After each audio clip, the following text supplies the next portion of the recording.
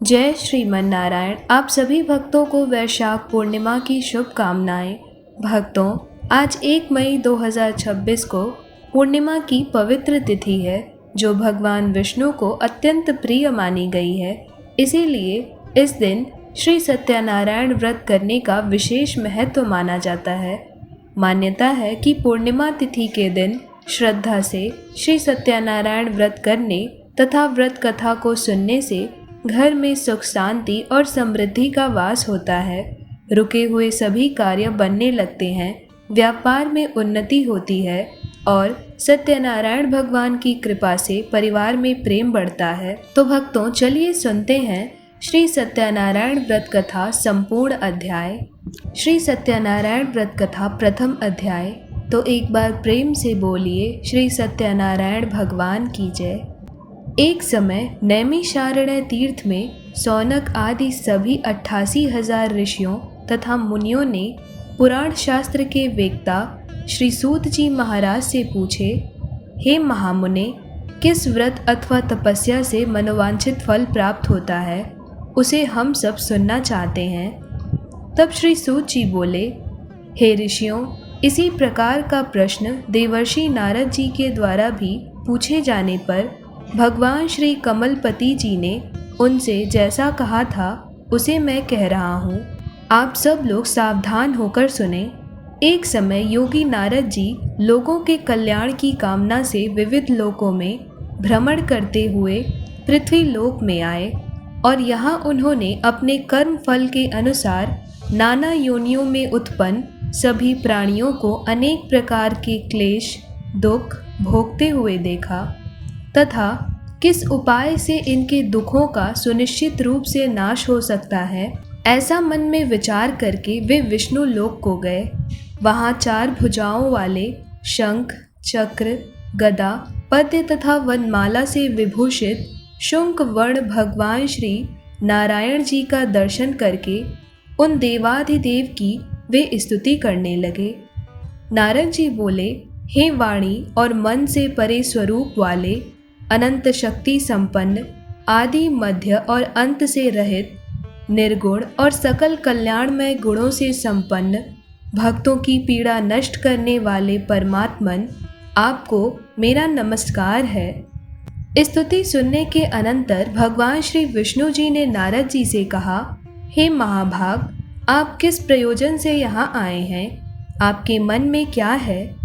तब नारद जी बोले, भगवान, पृथ्वी लोक में अपने पाप कर्मों के द्वारा विभिन्न योनियों में उत्पन्न सभी लोग बहुत प्रकार के क्लेशों से दुखी हो रहे हैं। हे नाथ, किस लघु उपाय से उनके कष्टों का निवारण हो सकेगा? यदि आपकी मेरे ऊपर कृपा हो तो वह सब मैं सुनना चाहता हूँ। कृपा कर उसे बताइए। तब श्री भगवान ने कहा, हे वत्स, संसार के ऊपर अनुग्रह करने की इच्छा से आपने बहुत अच्छी बात पूछी है। जिस व्रत के करने से प्राणी मोह से मुक्त हो जाता है, उसे आपको बताता हूँ। आप ध्यान से सुनिए। हे वत्स, स्वर्ग और पृथ्वी लोक में दुर्लभ भगवान सत्यनारायण का एक महान व्रत है। आपके स्नेह के कारण इस समय मैं उसे कह रहा हूँ। अच्छी प्रकार विधि विधान से भगवान सत्यनारायण जी का व्रत करके मनुष्य शीघ्र ही सुख प्राप्त कर परलोक में मोक्ष प्राप्त कर सकता है। तब भगवान की ऐसी वाणी सुनकर नारद जी ने कहा, हे प्रभु, इस व्रत को करने का क्या फल है? इसका विधान क्या है? इस व्रत को किसने किया और इसे कब करना चाहिए? कृपा करके यह सब विस्तार पूर्वक बताइए। तब भगवान ने कहा, यह श्री सत्यनारायण जी का व्रत दुख शोक आदि का समन करने वाला, धन धान्य की वृद्धि कराने वाला, सौभाग्य और संतान देने वाला तथा सर्वत्र विजय प्रदान करने वाला है। जिस किसी भी दिन भक्ति और श्रद्धा से सम्मानित होकर मनुष्य ब्राह्मणों और बंधु बांधवों के साथ धर्म में तत्पर होकर सायंकाल में भगवान श्री सत्यनारायण जी की पूजा करे, नैवेद्य के रूप में उत्तम कोटि के भोजनीय पदार्थ को सवाया मात्र में भक्ति पूर्वक अर्पित करना चाहिए। केले के फल, घी, दूध, गेहूं का चूर्ण अथवा गेहूं के चूर्ण के अभाव में साठी का चूर्ण, शक्कर या गुड़, यह सब योग्य सामग्री सवाया मात्र में एकत्र कर निवेदित करनी चाहिए। बंधु बांधवों के साथ श्री सत्यनारायण भगवान जी की कथा सुनकर ब्राह्मणों को भोजन कराना चाहिए। भक्ति पूर्वक प्रसाद ग्रहण करके नृत्य गीत आदि का आयोजन करना चाहिए। तदंतर भगवान सत्यनारायण का स्मरण करते हुए अपने घर को जाना चाहिए। ऐसा करने से मनुष्यों की अभिलाषा अवश्य पूर्ण होती है और साथ ही उनके सभी क्लेश और दुखों का नाश होता है। विशेष रूप से कलयुग में पृथ्वीलोक में यह सबसे छोटा एवं सरलतम उपाय है। भक्तों, इस प्रकार से श्री सत्यनारायण व्रत कथा का प्रथम अध्याय पूर्ण हुआ। एक बार प्रेम से बोलिए श्री सत्यनारायण भगवान की जय। अब सुनते हैं श्री सत्यनारायण व्रत कथा का दूसरा अध्याय। सूत जी ने कहा, हे ऋषियों, जिन्होंने पहले समय में इस व्रत को किया है उनका इतिहास कहता हूँ, आप सब ध्यान से सुनिए। सुंदर काशीपुरी नगरी में एक अत्यंत निर्धन ब्राह्मण रहता था। वह ब्राह्मण भूख और प्यास से बेचैन होकर पृथ्वी पर घूमता रहता था। ब्राह्मणों से प्रेम करने वाले श्री हरि विष्णु भगवान जी ने ब्राह्मण को देखकर एक दिन बूढ़े ब्राह्मण का रूप धारण कर ब्राह्मण के पास जाकर आदर के साथ पूछा, हे विप्रदेव, तुम नित्य ही दुखी होकर पृथ्वी पर क्यों घूमते हो? तब उस ब्राह्मण ने कहा, मैं भिक्षा के लिए पृथ्वी पर फिरता हूँ। हे भगवान, यदि आप इससे छुटकारा पाने का कोई उपाय जानते हो तो कृपा कर मुझे बताइए। वृद्ध ब्राह्मण का रूप धारण किए श्री विष्णु जी ने कहा, हे ब्राह्मण, श्री सत्यनारायण भगवान मनोवांछित फल देने वाले हैं, इसीलिए तुम उनका पूजन करो। इससे मनुष्य सब दुखों से मुक्त हो जाता है। ब्राह्मण को व्रत का सारा विधान बताकर बूढ़े ब्राह्मण का रूप धारण करने वाले श्री भगवान जी अंतर्ध्यान हो गए। जिस व्रत को वृद्ध ब्राह्मण ने बताया है मैं उसको अवश्य करूँगा, यह निश्चय कर वह ब्राह्मण घर चला गया। अगले दिन वह जल्दी उठा और श्री सत्यनारायण जी का व्रत करने का निश्चय कर भिक्षा मांगने के लिए चल दिया। उस दिन उसको भिक्षा में बहुत धन मिला, जिससे उसने पूजा का सामान खरीदा और घर आकर अपने बंधु बांधवों के साथ श्री सत्यनारायण जी का व्रत किया। इसके करने से वह ब्राह्मण सब दुखों से छूटकर अनेक प्रकार की सुख संपत्तियों से युक्त हुआ। तभी से वह विप्र हर मास व्रत करने लगा। इसी प्रकार सत्यनारायण जी के व्रत को जो शास्त्र विधि के अनुसार करेगा वह सब पापों से छूटकर मोक्ष को प्राप्त होगा। आगे भी जो मनुष्य पृथ्वी पर श्री सत्यनारायण जी का व्रत करेगा वह सब दुखों से छूट जाएगा। इस तरह नारद जी से सत्यनारायण भगवान का कहा हुआ व्रत मैंने आप सब से कहा।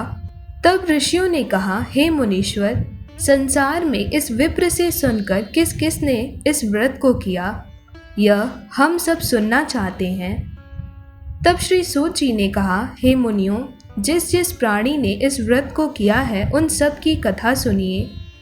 एक समय वह ब्राह्मण धन और ऐश्वर्य के अनुसार बंधु बांधवों के साथ व्रत पूजन कर रहा था कि उसी समय एक लकड़हारा आया। उसने लकड़ियां बाहर रख दी और विप्र के घर में चला गया। प्यास से व्याकुल लकड़हारे ने विप्र को व्रत करते देखा। वह प्यास को भूल गया।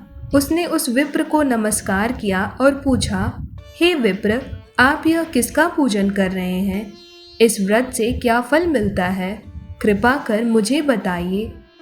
तब ब्राह्मण ने कहा, सब मनोकामनाओं को पूरा करने वाला यह श्री सत्यनारायण जी का व्रत है। इन्हीं की कृपा से मेरे यहाँ धन धान्य आदि की वृद्धि हुई है। विप्र से इस व्रत के बारे में जानकर वह लकड़हारा बहुत प्रसन्न हुआ। भगवान का चरणामृत ले और भोजन करने के बाद वह अपने घर को चला गया। अगले दिन लकड़हारे ने अपने मन में संकल्प किया कि आज गांव में लकड़ी बेचने से जो भी धन मिलेगा उसी से भगवान सत्यनारायण जी का उत्तम व्रत करूँगा। मन में ऐसा विचार कर वह लकड़हारा लकड़ियां अपने सिर पर रखकर जिस नगर में धनवान लोग रहते थे वहां गया। उस दिन उसे उन लकड़ियों के चौगुने दाम मिले। वह बूढ़ा लकड़हारा अति प्रसन्न होकर पके केले, शक्कर, शहद, घी, दूध, दही और गेहूं का चूर्ण इत्यादि श्री सत्यनारायण भगवान के व्रत की सभी सामग्री लेकर अपने घर आ गया। फिर उसने अपने बंधु बांधवों को बुलाकर विधि विधान के साथ भगवान का पूजा और व्रत किया। उस व्रत के प्रभाव से वह बूढ़ा लकड़हारा धन, पुत्र आदि से युक्त हुआ और संसार के समस्त सुख भोग कर वैकुंठ को चला गया। इस प्रकार श्री सत्यनारायण व्रत कथा का दूसरा अध्याय पूर्ण हुआ। एक बार प्रेम से बोलिए श्री सत्यनारायण भगवान की जय। भक्तों, अब सुनते हैं श्री सत्यनारायण व्रत कथा का तीसरा अध्याय। श्री सूत जी ने कहा, हे श्रेष्ठ मुनियों, अब एक और कथा कहता हूँ, आप सब उसे ध्यानपूर्वक सुनिए। पूर्व काल में उल्लाखमुख नाम का एक बुद्धिमान राजा था। वह सत्यवक्ता और जितेंद्रिय था। प्रतिदिन देव स्थानों पर जाता तथा गरीबों को धन देकर उनके कष्ट दूर करता था। उसकी पत्नी सुंदर और सती साध्वी थी। भद्रशिला नदी के तट पर उन दोनों ने श्री सत्यनारायण भगवान जी का व्रत किया। साधु नामक एक वैश्य राजा को व्रत करते देख उनसे पूछने लगा, हे राजन, भक्ति युक्त चित्त से यह आप क्या कर रहे हैं? मेरी सुनने की इच्छा है। तब महाराज उल्लाखमुख ने कहा, हे साधु वैश्य, मैं अपने बंधु बांधवों के साथ संतान की प्राप्ति के लिए महाशक्तिमान सत्यनारायण भगवान जी का व्रत और पूजन कर रहा हूँ। तब उसने कहा, हे राजन, मुझे भी इसका सब विधान बताइए। मैं भी आपके कथन अनुसार इस व्रत को करूँगा। मुझे कोई संतान नहीं है। विश्वास है कि इससे निश्चय ही मेरे यहाँ भी संतान होगी। तब राजा से सब विधान सुनकर व्यापार से निवृत्त हो वह वैश्य खुशी खुशी अपने घर गया। वैश्य ने अपनी पत्नी लीलावती से संतान देने वाले उस व्रत का समाचार सुनाया और प्रण किया कि जब हमारे यहाँ संतान होगी तब मैं इस व्रत को करूँगा। एक दिन उसकी पत्नी लीलावती सांसारिक धर्म में प्रवृत्त होकर गर्भवती हो गई। उसने एक सुंदर कन्या को जन्म दिया। कन्या का नाम कलावती रखा गया। इसके बाद लीलावती ने अपने पति को स्मरण दिलाया कि आपने जो भगवान का व्रत करने का संकल्प किया था, अब आप उसे पूरा कीजिए। तब साधु वैश्य ने कहा, हे प्रिय, मैं कन्या के विवाह पर इस व्रत को करूँगा। इस प्रकार अपनी पत्नी को आश्वासन दे वह व्यापार करने चला गया। काफी दिनों पश्चात वह लौटा तो उसने नगर में सखियों के साथ अपनी पुत्री को खेलते देखा। वैश्य ने तत्काल कलावती के लिए कोई सुयोग्य वर की तलाश की। कंचन नगर के एक सुयोग्य वणिक पुत्र से अपने बंधु बांधवों सहित प्रसन्नचित्त होकर अपनी पुत्री का विवाह उसके साथ कर दिया। वैश्य विवाह के समय भी सत्यनारायण भगवान का व्रत करना भूल गया। इस पर श्री सत्यनारायण भगवान की लीला हुई। अपने कार्य में कुशल साधु नामक वैश्य अपने जमाता सहित नाव को लेकर व्यापार करने के लिए समुद्र के समीप स्थित रत्नसारपुर नगर में गया। दोनों ससुर जमाई राजा चंद्रकेतु के नगर में व्यापार करने लगे। एक दिन भगवान सत्यनारायण जी की माया से प्रेरित एक चोर राजा का धन चुराकर भागा जा रहा था। राजा के दूतों को अपने पीछे आते देखकर चोर ने घबराकर राजा के धन को उनकी नाव में रखकर भाग गया, जहां ससुर जमाई थे। जब राजा के धन को उनकी नाव में रखा देखा, तब सिपाहियों ने दोनों ससुर जमाई को पकड़कर ले जाकर राजा के समीप उपस्थित कर दिया और उन्होंने बताया कि किस प्रकार इन्होंने धन चोरी की। राजा ने तुरंत ही दोनों जमाई और ससुर को कारागार में डालने की आज्ञा दे दी। इस प्रकार राजा की आज्ञा से उनको कठिन कारावास में डाल दिया गया तथा उनका धन भी ले लिया गया। सत्यनारायण भगवान जी की लीला के अनुसार साधु वैश्य की पत्नी लीलावती और पुत्री कलावती भी घर पर बहुत दुखी हुई। उनके घर में रखा धन चोर लेकर चले गए। एक दिन शारीरिक व मानसिक पीड़ा तथा भूख प्यास से अति दुखित होकर भोजन की चिंता में कलावती एक ब्राह्मण के घर गई। उसने श्री सत्यनारायण भगवान का व्रत होते देखा। उसने कथा सुनी तथा प्रसाद ग्रहण कर रात को घर आई। माता ने कलावती से पूछा, हे पुत्री, तू अब तक कहाँ रही और तेरे मन में क्या है? तब कलावती बोली, हे माता, मैंने श्री सत्यनारायण भगवान का व्रत होते देखा है। तब कलावती के वचन सुनकर लीलावती ने सत्यनारायण भगवान जी के पूजन की तैयारी की। उसने परिवार और बंधुओं सहित श्री सत्यनारायण भगवान का पूजन व व्रत किया और वर मांगा कि मेरे पति और दामाद शीघ्र ही घर लौट आएं। साथ ही प्रार्थना की कि हम सबका अपराध क्षमा करिए। श्री सत्यनारायण भगवान जी इस व्रत से संतुष्ट हो गए। उन्होंने राजा चंद्रकेतु को स्वप्न में दर्शन देकर कहा, हे राजन, जिन दोनों वैश्यों को तुमने बंदी बना रखा है वे निर्दोष हैं, उन्हें प्रातः ही छोड़ देना। राजा से वचन कहकर भगवान अंतर्ध्यान हो गए। प्रातःकाल राजा चंद्रकेतु ने सभा में सबको अपने स्वप्न सुनाए और सैनिकों को आज्ञा दी कि दोनों वणिक पुत्रों को कैद से मुक्त कर सभा में लाया जाए। दोनों ने आते ही राजा को प्रणाम किया। राजा ने उनसे कहा, हे महानुभाव, तुम्हें भावी वश ऐसा कठिन दुख प्राप्त हुआ है। अब तुम्हें कोई भय नहीं है, तुम मुक्त हो। ऐसा कहकर राजा ने उनको नए नए वस्त्राभूषण दिए तथा उनका जितना धन लिया था उससे दूना धन लौटाकर आदर से विदा किया। दोनों वैश्य अपने घर को चल दिए। भक्तों, इस प्रकार से श्री सत्यनारायण व्रत कथा का 3रा अध्याय पूर्ण हुआ। एक बार प्रेम से बोलिए श्री सत्यनारायण भगवान की जय।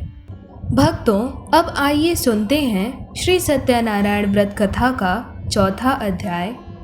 श्री सूत जी ने कहा, वैश्य और उसके जमाई ने मंगलाचार करके यात्रा आरंभ की और अपने नगर की ओर चल पड़े।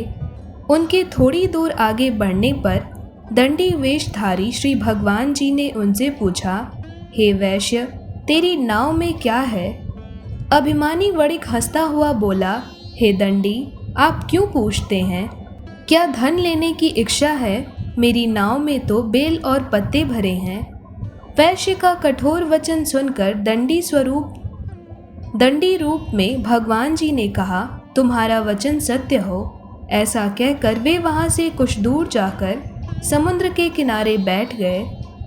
दंडी महाराज के जाने के पश्चात वैश्य ने नित्य क्रिया से निवृत्त होने के बाद नाव को ऊंची उठी देखकर अचंभा किया तथा नाव में बेल पत्ते आदि देखकर मूर्छित हो जमीन पर गिर पड़ा। होश आने पर अत्यंत शोक प्रकट करने लगा। तब उसके जमाता ने कहा, आप शोक न करें, यह दंडी महाराज का श्राप है, अतः हमें उनकी शरण में ही चलना चाहिए, तभी हमारी मनोकामना पूरी होगी। जमाता के वचन सुनकर दंडी महाराज के पास पहुँचे और भक्ति भाव से प्रणाम करके बोला, हे महात्मन, मैंने जो आपसे असत्य वचन कहे थे उसके लिए मुझे क्षमा करें। ऐसा कहकर वैश्य रोने लगा। तब दंडी भगवान बोले, हे वणिक पुत्र, मेरी आज्ञा से तुझे बार बार दुख प्राप्त हुआ है, तू मेरी पूजा से विमुख हुआ है। तब उसने कहा, हे भगवान, आपकी माया से ब्रह्मा आदि देवता भी आपके रूप को नहीं जान पाते, तब मैं अज्ञानी भला कैसे जान सकता हूँ? आप प्रसन्न होइए, मैं अपनी सामर्थ्य के अनुसार आपकी पूजा करूँगा। मेरी रक्षा कीजिए और पहले के समान मेरी नौका को धन से भर दीजिए। उसके भक्ति वियुक्त वचन सुनकर भगवान जी प्रसन्न हो गए और उसकी इच्छा अनुसार वर देकर अंतर्ध्यान हो गए। तब ससुर व जमाता दोनों ने नाव पर आकर देखा कि नाव धन से परिपूर्ण है। फिर वह भगवान सत्यनारायण जी का पूजन कर जमाता सहित अपने नगर को चला। जब वह अपने नगर के निकट पहुंचा तब उसने एक दूत को अपने घर भेजा। दूत ने वैश्य के घर जाकर उसकी पत्नी को नमस्कार किया और कहा, आपके पति अपने दामाद सहित इस नगर के समीप आ गए हैं। लीलावती और उसकी कन्या कलावती उस समय भगवान का पूजन कर रही थीं। दूत का वचन सुनकर साधु की पत्नी ने बड़े हर्ष के साथ सत्यदेव का पूजन पूर्ण किया और अपनी पुत्री से कहा, मैं अपने पति के दर्शन को जाती हूँ, तू भी कार्य पूर्ण कर शीघ्र आना। परंतु कलावती पूजन एवं प्रसाद छोड़कर अपने पति के दर्शन के लिए चली गई, परंतु उसको पति का दर्शन प्राप्त नहीं हुआ। नौका को डूबा हुआ तथा कन्या को रोती हुई देख वैश्य दुखित हो बोला, हे प्रभु, मुझसे या मेरे परिवार से जो भूल हुई है उसे क्षमा करिए।